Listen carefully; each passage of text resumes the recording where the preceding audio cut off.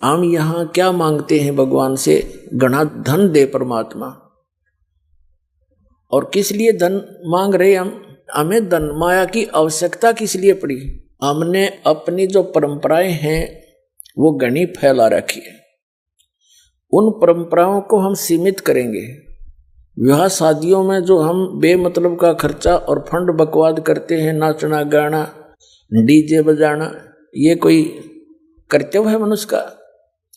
अब इसे लोक में जेल में नाचे, हम तो जेल के अंदर बंद हैं। 1 मिनट का भरोसा नहीं कि बिजली गिर जा।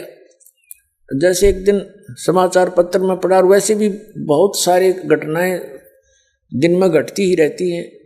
विवाह हुआ एक बालक का, विवाह की तैयारी हुई, दूल्हे के घर पे खूब डीजे बजे, नाचा गाना हुआ।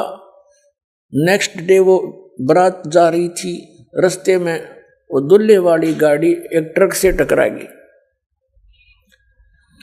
और उसमें वो जितने भी थे सारे मर गए, 7-8 व्यक्ति, और दूल्हा भी मर गया।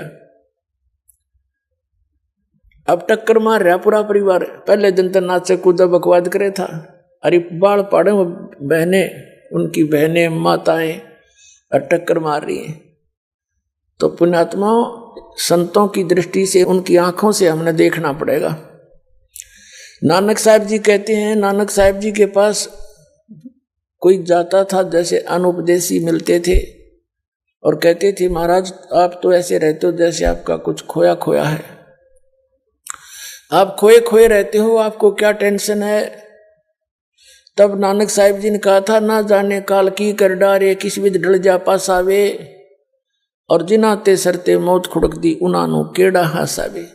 1 सेकंड का भरोसा नहीं कि बिजली गिर जाए यहाँ पर और हम यहाँ बकवाद करें। ये तो वो कर सकता है जिसने शराब पी रखी हो, भांग पी रखी हो, वो भी ऐसे समय में, चाहे कितना उसके ऊपर दुख आने वाला हो और पता भी हो ऐसा हो सकता है, तो उस नशे में वो बेपरवाह रहता है। तो परमात्मा कहते हैं, कबीर ये माया अटपटी सब गट आन अड़ी, और किस किस ने समझाऊं या कुआ भांग पड़ी। काल ने अज्ञान के कारण हमें केवल माया जोड़न के ही पीछे लगा रखा सब ने। बच्चे को बचपन से ये ट्रेनिंग दी जाती है, फलाने के लड़के ने इतनी कोठी बना ली, फलाने का लड़का ऊपर की इतनी कमाई करता है, वहाँ नौकरी कर रहा है। तो बच्चे हमारे से जो विचार सुनेंगे, उनकी मनोवृत्ति ऐसी बनती चली जाएगी।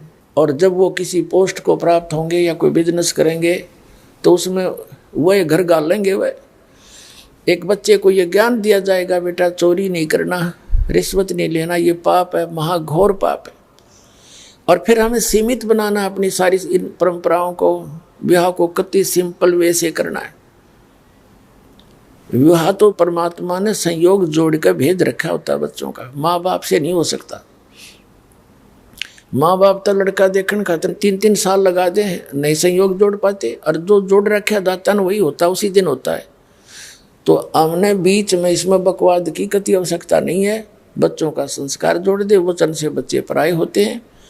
जब ब्रह्मा विष्णु महेश का ब्याह कराया था दुर्गा ने, कौन तब बराती था, कौन वहाँ पर बाती था, कौन सा डीजे बजानिया था? कह दी भाई ले, या तेरी पत्नी है, रिया तेरी पत्नी, रिया तेरी पत्नी, बसाओ अपना संसार।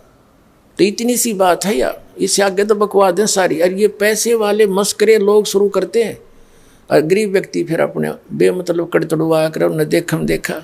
तो अब इसको हम सेट करना है, बिल्कुल करना पड़ेगा। हम भक्ति पर तभी चल सकते हैं जब ये हमारी सिर का वजन कम होगा। हम किसी सफ़र को कर रहे हैं, और सफ़र पर चलने वाला व्यक्ति समझदार होता है, वो कम से कम वजन लेकर चलता है।